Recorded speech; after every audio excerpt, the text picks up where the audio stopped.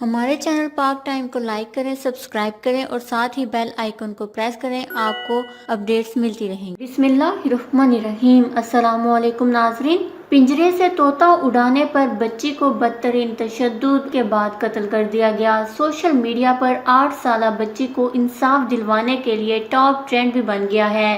جی ہاں ناظرین، گزشتہ روز راولپنڈی میں ایک افسوسناک واقعہ پیش آیا، جہاں غلطی سے پنجرے سے طوطا اڑانے پر مالک نے تشدد کر کے 8 سالہ ملازمہ زہرہ شاہ کو قتل کر دیا۔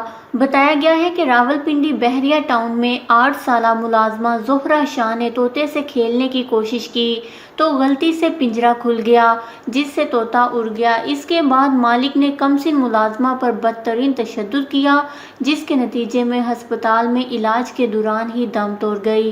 پولیس نے ملازمہ پر تشدد کرنے والے ملزم کو گرفتار کر لیا ہے۔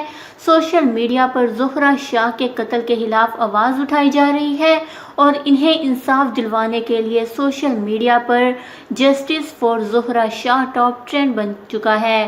سوشل میڈیا صارفین نے نہ صرف شفاق شخص کی مذمت کی بلکہ نوٹس نہ لینے پر وزارت انسانی حقوق کو بھی شدید تنقید کا نشانہ بنایا۔ کمسن ملازمہ کے لیے انصاف کی آواز بلند کرنے والوں میں وسیم اکرم کی اہلیہ شنیرا اکرم اور سیاسی رہنما شرمیلا فاروقی بھی شامل ہیں۔ پولیس کا کہنا ہے کہ بچی پر تشدد کرنے والے میں ملزم کی بیوی بھی شامل تھی۔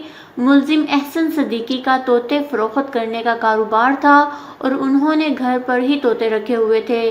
حسن صدیقی کے گھر میں کام کرنے والی 8 سالہ ملازمہ ایک پنجرے کی صفائی کر رہی تھی کہ اس دوران اچانک کھلنے سے 2 طوطے اڑ گئے، جس پر ملزم اور ان کی اہلیہ طیش میں آ گئے اور بچی کو تشدد کا نشانہ بنانا شروع کر دیا۔